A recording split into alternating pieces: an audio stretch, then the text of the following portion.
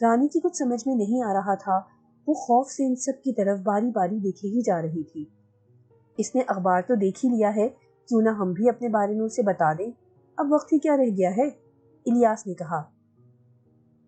ہاں، بتا دینے میں کیا قباحت ہے، دادا نے فوراً اس کی تائید کی۔ سب کچھ بتا دو اسے۔ میں بتاتی ہوں۔ سحر فوراً آگے بڑھی اور اس نے رانی کے سامنے کھڑی ہو کر کہا، میں بتاتی ہوں کہ ہم کون ہیں اور جو اس نے اخبار میں ہماری تصویریں دیکھی ہیں ان سے ہمارا کیا تعلق ہے۔ رانی نے اس کی طرف دیکھا، اس کا دل زور زور سے دھڑک رہا تھا، وہ خود بھی جاننا چاہتی تھی کہ سب کون ہیں، جو ایک حادثے میں مر گئے وہ زندہ کیسے ہیں، وہ بہت سے سوالات کا جواب چاہتی تھی۔ سحر بولی، ہم سب کو ایک عامل اپنی گرفت میں کرنا چاہتا تھا، وہ کالے جادو کا ماہر تھا، اس کی شب و روز کی محنت ہم پر غالب آ ہی چکی تھی کہ اچانک اس سے ایک غلطی ہو گئی، اس غلطی کا ہم نے فائدہ اٹھایا اور اس عامل کو اپنے حصار میں کرنے کے لیے اپنی طاقت لگا دی۔ جو ہی وہ چپ ہوا، شمائلہ بول اٹھی، سب کچھ الٹا ہو گیا تھا، اس کی جان کو لالے پڑ گئے، وہ بھاگا، لیکن اس نے جاتے جاتے ایک کام کر دیا۔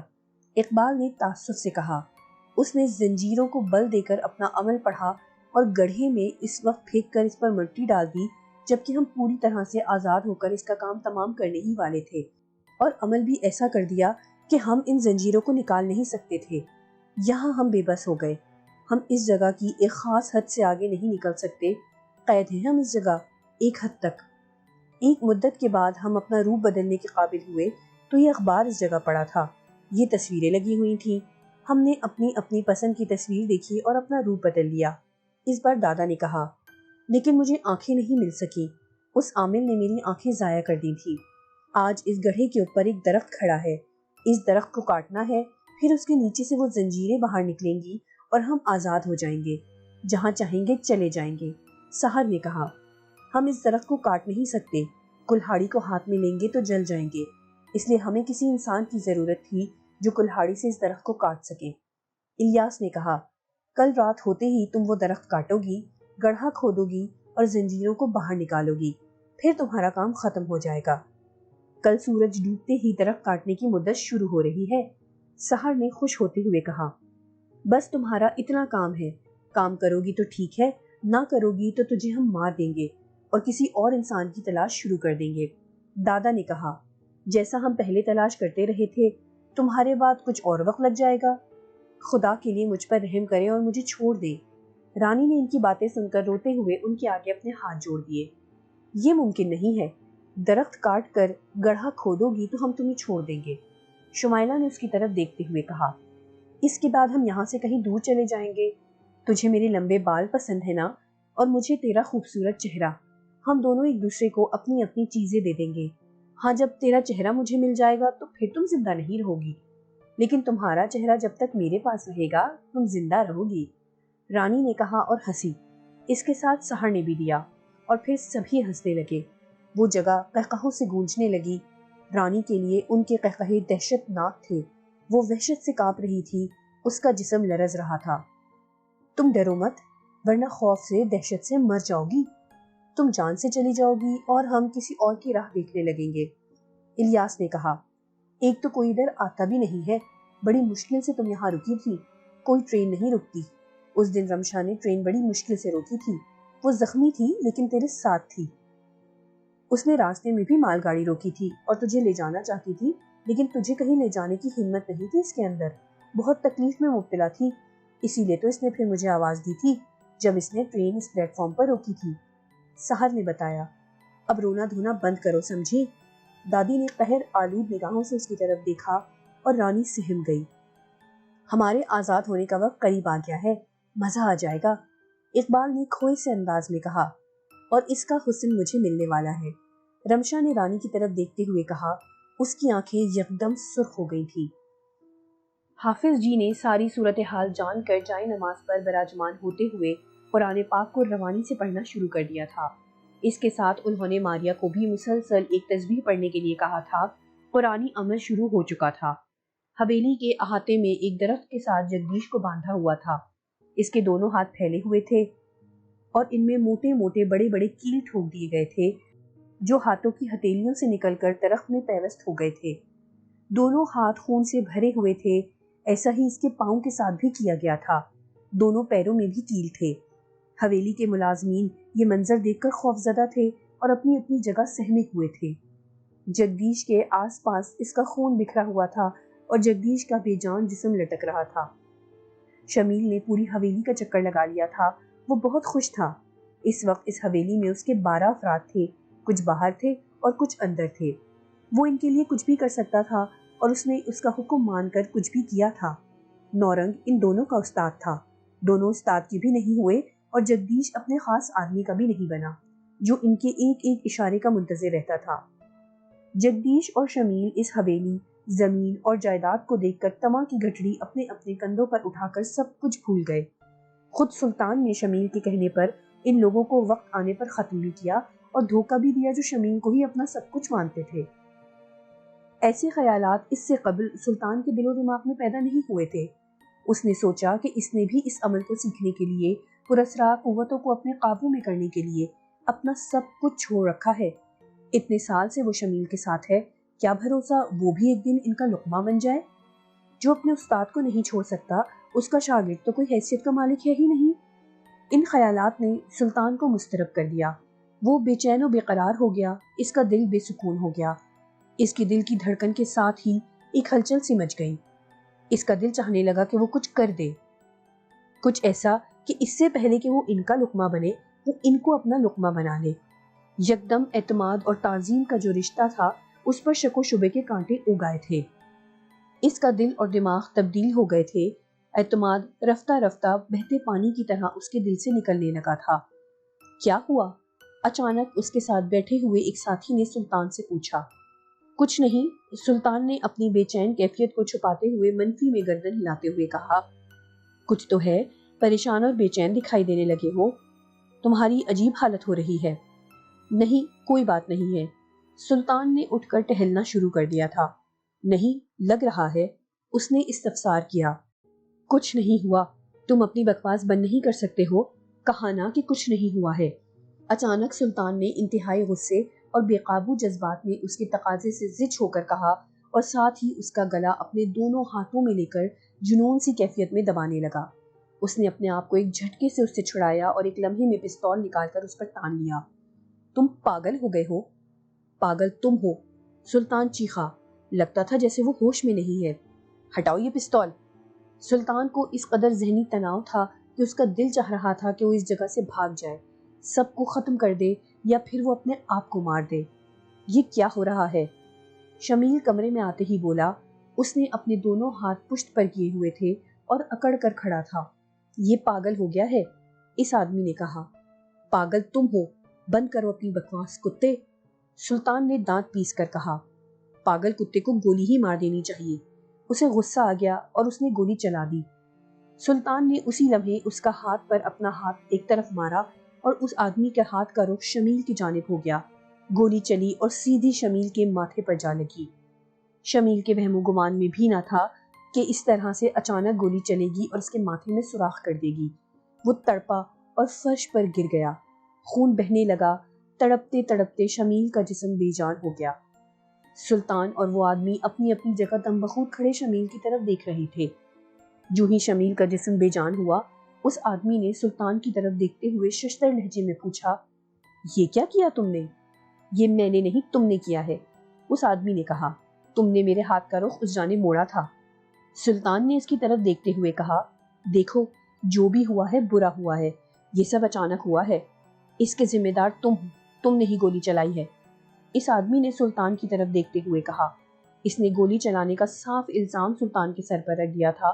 وہ مزید بولا، یہ پستول میں نے تم سے چھینا ہے، تم اپنا کیا میرے سر تھوپ رہے ہو، سلطان نے کہا اور اس کی طرف بڑھ کر پستول اس کے ہاتھ سے چھین لیا۔ گولی چلنے کی آواز سب نے سن لی تھی اور سبھی اس جانب متوجہ ہو گئے تھے۔ سلطان نے پستول اس آدمی پر تان لیا تھا۔ تم نے انہیں مارا ہے اور مجھے پھنسانا چاہتے ہو، پکڑو اسے، اس نے ہمارے گرو شمیل صاحب کو مار دیا ہے، اس آدمی نے اچانک چلا کر کہا۔ سلطان نے گردن گھمائی تو دروازے پر 3 آدمی کھڑے تھے، ان کے ہاتھوں میں اسلحہ تھا۔ شمیل کی لاش کو وہ فرش پر دیکھ چکے تھے اور اب ان کی نگاہیں سلطان پر مرکوز تھی۔ اس نے مارا ہے، سلطان نے جلدی سے کہا۔ پستول تمہارے ہاتھ میں ہے سلطان، وہ آدمی بولا۔ سلطان نے یکدم اپنے ہاتھ میں پکڑے پستول کی جانب دیکھا اور جو ہی وہ آدمی اس طرف گھوما، پیچھے سے ایک آدمی نے فائر کھول دیا۔ اس کی دانست میں تھا کہ سلطان اس آدمی پر بھی حملہ کرنے لگا ہے۔ سلطان کی کمر میں گولیاں لگی تھیں، وہ خون میں نہا کر فرش پر گر گیا۔ حویلی کے ایک ملازم نے یہ سارا منظر دیکھ لیا تھا۔ وہ بھاگتا ہوا اپنے دوسرے ساتھیوں کے پاس گیا اور ساری بات ان کو بتانے لگا۔ اب ایک ہی حل ہے، ایک نے کہا اور سب اس کی طرف متوجہ ہو گئے۔ اس نے جو کہا تھا سب نے اس کی بات پر اتفاق کیا تھا۔ انہوں نے مل کر ایک ملازم کو دیوار پھلانگنے میں مدد دی۔ وہ بھاگتا ہوا ڈیرے گیا اور وہاں پر موجود تمام آدمیوں کو حویلی کی ساری صورتحال سے آگاہ کر دیا۔ شمیل کے آدمی ابھی سوچ رہے تھے کہ وہ کیا کریں۔ اسی اثنا میں اظہر خان کی زمینوں پر کام کرنے والے 40 کے قریب جوان بوڑھے ہتھیار اور ڈنڈوں سے لیس ہو کر آ گئے۔ کچھ دیوار پھلانگ کر اندر آ گئے اور حویلی کا گیٹ کھول دیا۔ مٹھی بھر شمیل کے آدمیوں کو نہ تو کچھ کرنے کا موقع مل سکا اور نہ ہی وہ بھاگ سکے۔ وہ سب ان آدمیوں کے ہتھے چڑھ گئے تھے۔ شمیل کی لاش اندر فرش پر پڑی تھی اور اس سے عجیب سی بدبو بھی آنا شروع ہو گئی تھی، جبکہ جگدیش کپ کا خون جسم سے نکل جانے کی وجہ سے مر گیا تھا اور اس کی لاش کا بھی کچھ ایسا ہی حال تھا۔ حافظ جی اپنی پڑھائی سے فارغ ہو گئے تھے اور اب وہ منہ ہی منہ میں پڑھ رہے تھے کہ اسی اثنا میں بوڑھا ملازم باہر سے بھاگتا ہوا آیا اور اس نے حویلی میں ہونے والا واقعہ انہیں بتایا۔ حافظ جی نے ماریا سے کہا، آؤ بیٹی حویلی چلے۔ جب وہ اس حویلی میں پہنچے تو اس وقت تک ساری حویلی میں جگدیش اور شمیل کی بو پھیلی ہوئی تھی۔ ملازموں کو حکم دیا گیا اور وہ ان دونوں کو اٹھا کر باہر دور لے گئے۔ حویلی کو اچھی طرح سے دھویا گیا۔ حافظ جی نے اپنی پڑھائی جاری رکھی اور وہ پوری حویلی میں چلتے ہوئے اپنی پڑھائی کا ذکر کرتے رہے۔ نحوست دور ہوتی رہی اور ہر طرح کے پراسرار قوتوں سے وہ حویلی پاک ہو گئی۔ تب حافظ جی نے قرآن پاک کی ایک آیت پڑھی جس کا ترجمہ ہے، جادوگر کبھی کامیاب نہیں ہو سکتا خواہ وہ کسی شان سے آئے۔ ماریا اس حویلی کو دیکھتے ہوئے اپنے آنسوؤں پر قابو نہیں رکھ پا رہی تھی۔ اسے رہ رہ کر اظہر خان یاد آ رہا تھا، جس نے غلط راستہ اختیار کر کے اپنے لیے بربادی تو منتخب کی ہی، اس کی زندگی کا سکون بھی چھین لینے کی کوشش کرنے میں کوئی کسر نہیں اٹھا رکھی تھی۔ جن کے لیے اظہر خان سب کچھ نچھاور کرنے کے لیے تیار رہتا تھا، وہی اس کی بربادی کا سامان بن گئے تھے۔ وہ دوسروں کی بربادی کا سامان کرتا رہتا تھا، لیکن وہ خود برباد ہو گیا تھا۔ اچانک ماریا کو اظہر خان کا خیال آیا کہ وہ اس وقت کہاں ہوگا۔ ماریا اب شاید ہی اظہر خان کے بارے میں جان پاتی، کیونکہ اظہر خان کی ویرانے میں پڑی ہوئی لاش کو کتے کھانے کے ساتھ ساتھ کھینچ کر بھی کہیں سے کہیں لے گئے تھے۔ وہ کئی حصوں میں بٹ چکا تھا، جس کے پاس جو حصہ تھا وہ دور کہیں لے جا کر اسے کھا رہا تھا۔ جگن اور فہد جب اس ویران پلیٹ فارم پر پہنچے تو سحپیک ہو چکی تھی۔ دونوں بڑی مشکل سے اس جگہ کو تلاش کر کے پہنچے تھے۔ دور تک ایک ویرانی، سکوت اور عجیب سے خوف کے سائے تھے۔ وہ ایک جنگل تھا، کوئی انسان دکھائی نہیں دے رہا تھا۔ فہد کو خوف محسوس ہونے لگا تھا۔ جگن نے دور تک دیکھا اور سوچنے لگا کہ وہ کس طرف جائے۔ ریلوے کے کوارٹر کیونکہ اس جگہ سے ہٹ کر تھے اور پھر درختوں کا جال اور بڑے ہوئے پودے بھی انہیں اس جگہ سے دیکھنے میں مانے تھے، اس لیے جگن کو پتہ نہیں چل رہا تھا۔ اس کی متلاشی نگاہیں دور تک گھوم رہی تھی۔ کس طرف جانا ہے؟ فہد نے پوچھا۔ یہی تو سوچ رہا ہوں، جگن نے سوچتے اور دور تک ایک بار دیکھتے ہوئے کہا۔ یکدم جگن کے کان کھڑے ہو گئے اور اس کی نگاہیں آس پاس ہی گھومنے لگی۔ اس کی نگاہوں میں حیرت اوت کر آئی تھی۔ جگن کو سرسراہٹ واضح سنائی دے رہی تھی۔ اس کی متلاشی نگاہوں نے دائیں بائیں دیکھا اور پھر اس کی نگاہیں اس جانب مرکوز ہو گئیں جدھر سے وہ سرسراہٹ سنائی دے رہی تھی۔ جلدی آؤ، جگن نے کہا اور تیزی سے اس طرف بڑھا۔ جگن ریلوے کوارٹر کی بالکل مخالف سمت کی طرف جا رہا تھا۔ اس کے پیچھے فہد تھا۔ دونوں نے پلیٹ فارم سے نیچے اتر کر ریلوے پٹری عبور کی اور سامنے جنگل کی طرف بھاگنے لگے۔ سرسراہٹ کی آواز ان سے آگے تھی اور کبھی ایک درخت سے تو کبھی دوسرے درخت کی طرف جا رہی تھی۔ فہد کو بھی سرسراہٹ سنائی دینے لگی تھی۔ اسے لگ رہا تھا جیسے کوئی سوکھے پتوں پر بھاگ رہا ہو۔ وہ حیران تھا کہ جگن اس سرسراہٹ کے تعاقب میں کیوں بھاگ رہا ہے۔ وہ کوئی جانور ہو سکتا ہے۔ جگن ایک جگہ جا کر رک گیا۔ سرسراہٹ کی آواز آنا بند ہو گئی تھی۔ جگن نے دائیں سے بائیں تک دیکھا۔ اچانک ایک درخت کے پیچھے سے رمشا باہر نکلی اور ان کی جانب دیکھ کر ہنسی۔ اس کی ہنسی میں کھنکھناہٹ تھی۔ جگن کی نگاہیں تو اس پر مرکوز ہوئی ہی تھی۔ فہد کے جسم میں سنسنی دوڑ گئی تھی۔ اس کی ہنسی میں خوف مترشح تھا۔ تم یہاں تک آ گئے ہو؟ رمشا نے پوچھا۔ کس کی تلاش میں آئے ہو؟ اس نے کہا اور وہ ہنسی۔ رانی کہاں ہے؟ جگن نے پوچھا۔ مجھے کیا پتا، رمشا نے لاپرواہی سے کہا اور پھر سامنے کی طرف بھاگ کھڑی ہوئی۔ جگن جو منہ ہی منہ میں پڑ رہا تھا، اس کے آگے رمشا کا رکنا مشکل تھا۔ جگن بھی اس کے پیچھے بھاگا، فہد اس کے ساتھ ہی تھا۔ وہ بہت آگے درختوں کے بیچوں بیچ نکل گئے تھے۔ شام کے سائے پھیلنے لگے تھے۔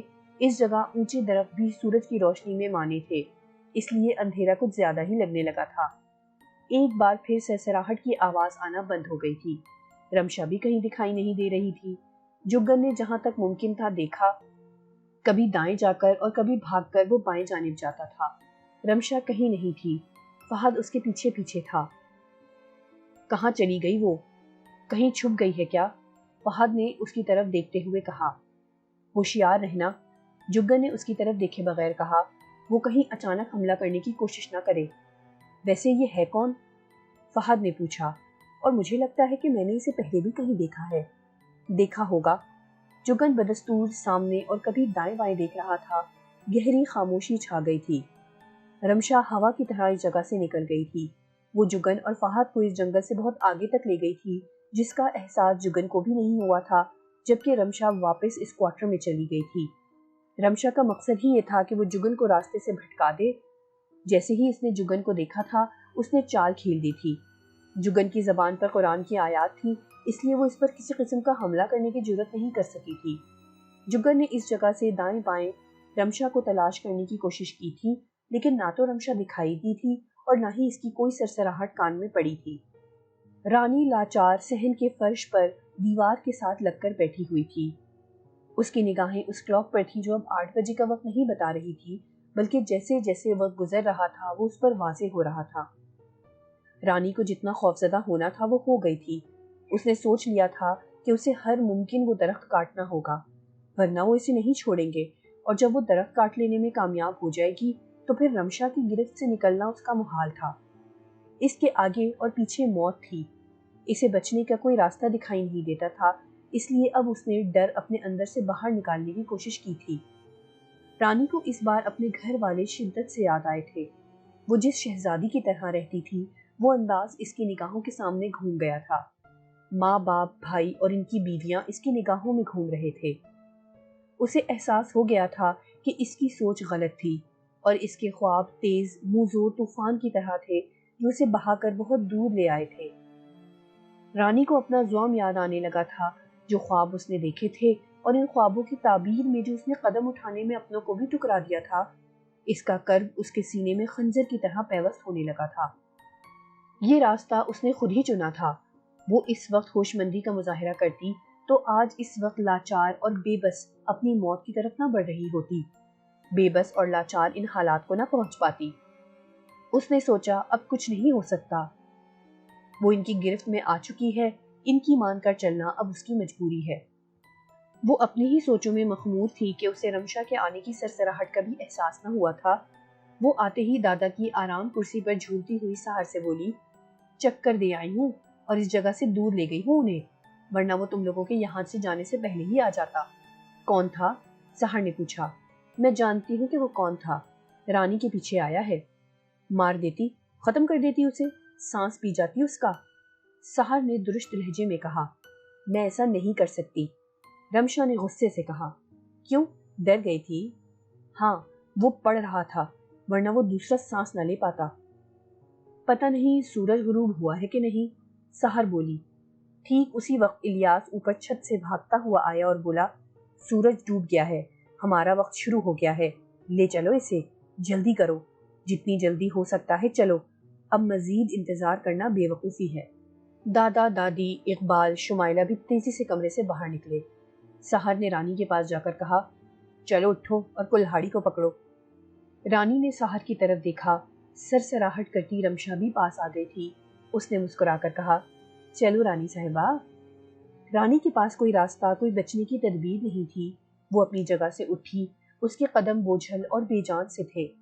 اس نے ایک طرف خود ہی رکھی ہوئی کلہاڑی اٹھائی اور سحر کی طرف دیکھنے لگی۔ رانی کا دل چاہا کہ وہ کلہاڑی کا وار کر کے سحر کی گردن اڑا دے۔ یہ خیال ابھی اس کے دل میں آیا ہی تھا کہ رمشا کی سرسراہٹ نے اسے چونکا دیا۔ وہ رانی سے 3 فٹ کے فاصلے پر کھڑی ہو کر بولی، ایسا مت سوچو رانی صاحبہ، تم ایسا نہیں کر سکو گی جب تک کہ… رمشا نے کہا۔ دادی نے فوراً اسے ٹوکتے ہوئے درست لہجے میں کہا، اے چپ، خبردار جو تو آگے سے ایک لفظ بھی بولی۔ سحر نے دادی کی طرف دیکھا اور بولی، منہ سے نکلنے لگا تھا۔ زبان کو سنبھال کر رکھا کر، دادا نے اس بار کہا۔ جیسی سحر ہے ویسی ہی بے عقل یہ بھی ہے، بہت بولتی ہے یہ۔ شمائلہ کو بھی کہنے کا موقع مل گیا تھا، زبان منہ میں رہے تو کچھ پردہ بھی رہے، کسی اور نے کچھ بولنا ہے تو وہ بھی بول لے۔ سحر نے سب کی طرف دیکھتے ہوئے کہا، ہم سننے کے لیے یہاں کھڑے ہیں، چلو نکلو، دادی نے تحکمانہ لہجے میں کہا۔ رانی ان کے ساتھ چل تو رہی تھی، لیکن اس کے لیے اپنا ہر قدم اٹھانا دوبھر ہو رہا تھا۔ گھبراہٹ، خوف اور آنے والے وقت میں اس کے ساتھ کیا ہوگا، ایسے اندیشے اسے بے چین کر رہے تھے۔ کبھی کبھی اسے لگتا تھا جیسے وہ ابھی گر جائے گی۔ وہ ایک قدم رکھ کر دوسرا قدم اٹھانے کی جیسے سکت کھو رہی تھی۔ اس کے باوجود نہ جانے کہاں سے اس کے اندر قوت پیدا ہو رہی تھی کہ وہ ان کے ساتھ چل رہی تھی۔ رات کے سائے گہرے ہو گئے تھے، پورا چاند آسمان پر چمک رہا تھا، زمین کی ہر شے روشن دکھائی دے رہی تھی۔ رانی ان کے درمیان چل رہی تھی، کسی کے قدموں کی آواز نہیں آ رہی تھی۔ رانی چلتی تو اس کے چلنے کی آواز اور رمشا کے قدموں کی سرسراہٹ سنائی دی جا رہی تھی۔ وہ درختوں سے نکل کر ایک خالی جگہ پر آ گئے تھے۔ وہ خالی جگہ بہت بڑی نہیں تھی، بس اس جگہ بہت سے درختوں کی بجائے ایک ہی درخت ایستادہ تھا۔ وہ مضبوط اور بہت بڑا درخت تھا۔ اس درخت پر ایک بھی پتا نہیں تھا۔ اس کی بل کھاتی ہوئی شاخیں درخت کے چاروں طرف پھیلی ہوئی تھی۔ کسی شاخ پر کوئی ہریالی نہیں تھی، اس درخت کی محض شاخیں ہی تھی۔ وہ درخت بھی عجیب سا لگ رہا تھا اور دوسرے درختوں سے ہٹ کر تنہا ہی کھڑا تھا۔ وہ سب اس درخت کے پاس رک گئے، سب اس درخت کو دیکھنے لگے۔ رانی کی نگاہیں بھی اس درخت کو دیکھ رہی تھی۔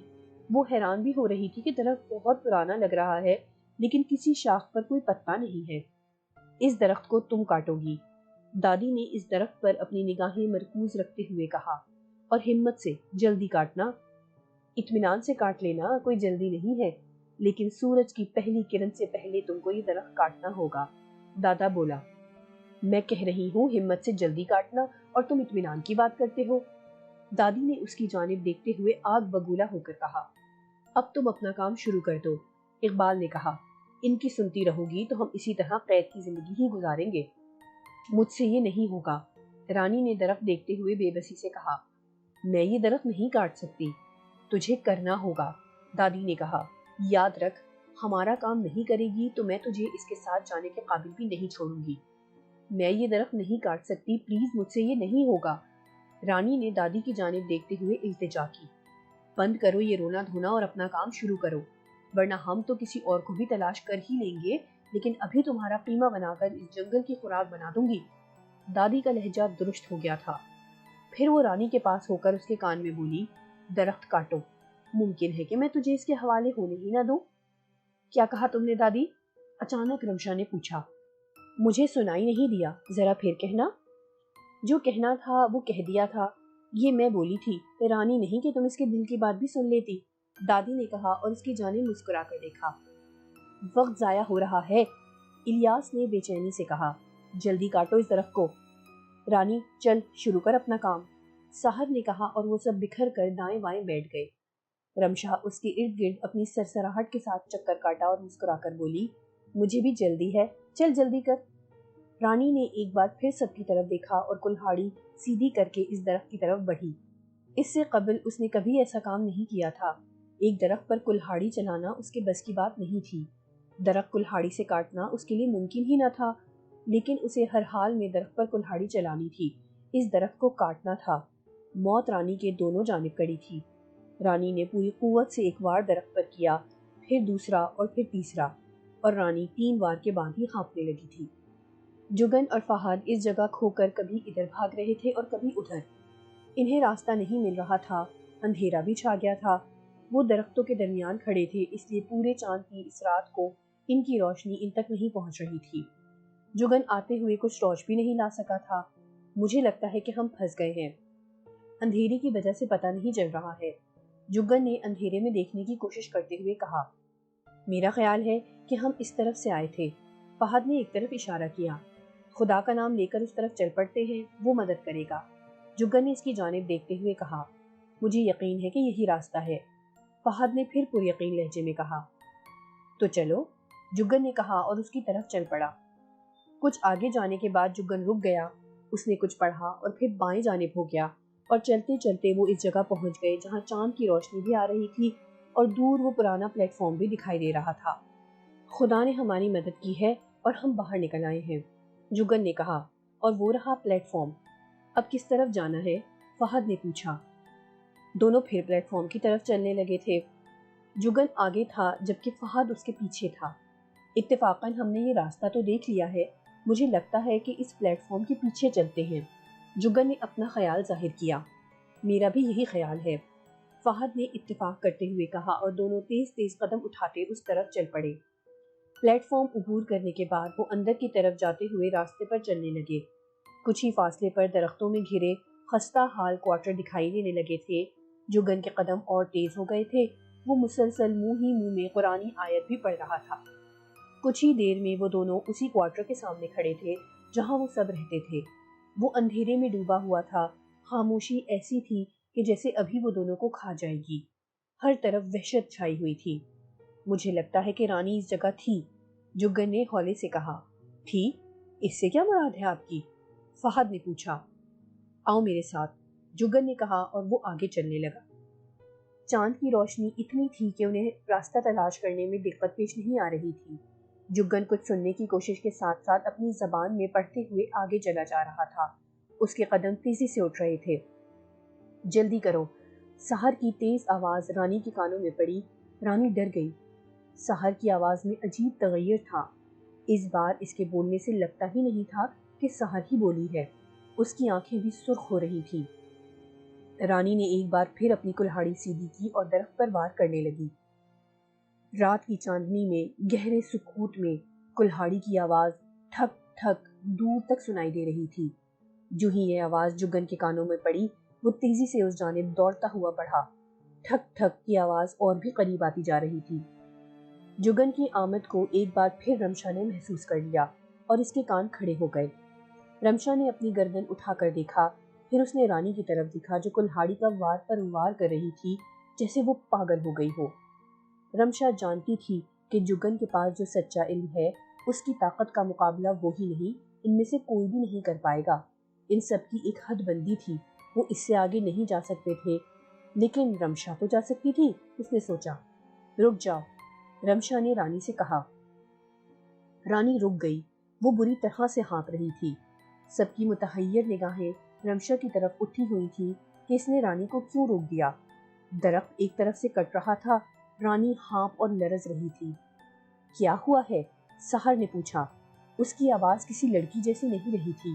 اس کی آواز سنتے ہی خوف جسم میں سرایت کرنے لگا تھا۔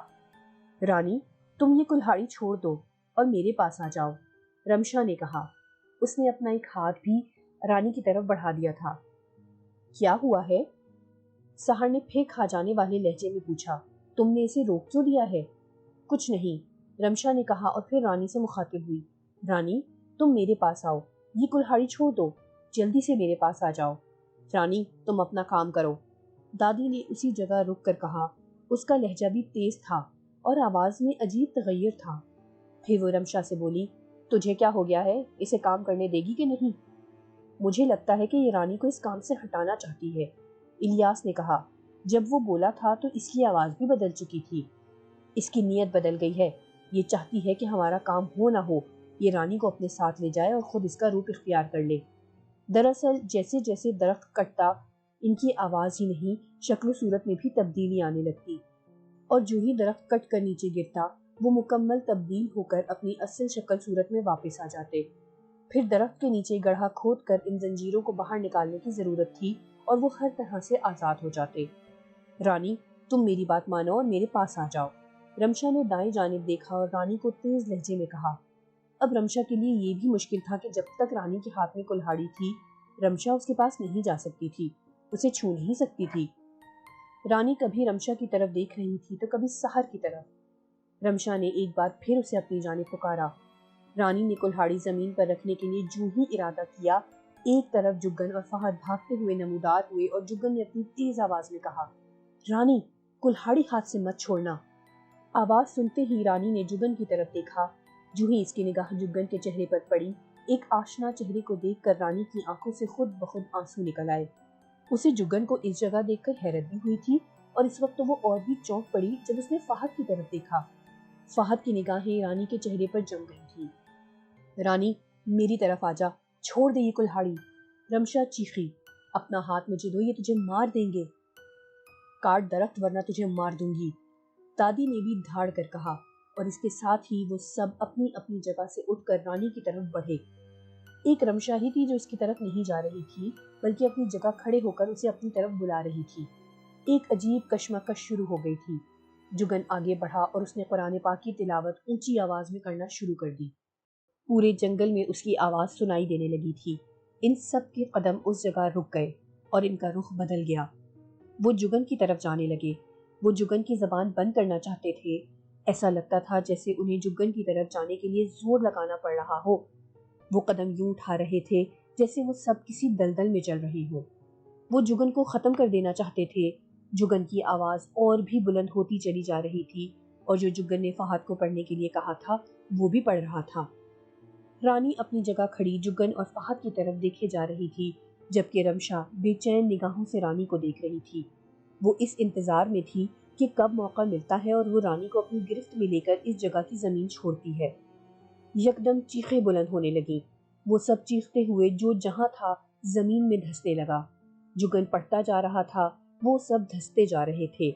ان کی چیخیں اور بھی فلک شگاف ہوتی جا رہی تھی۔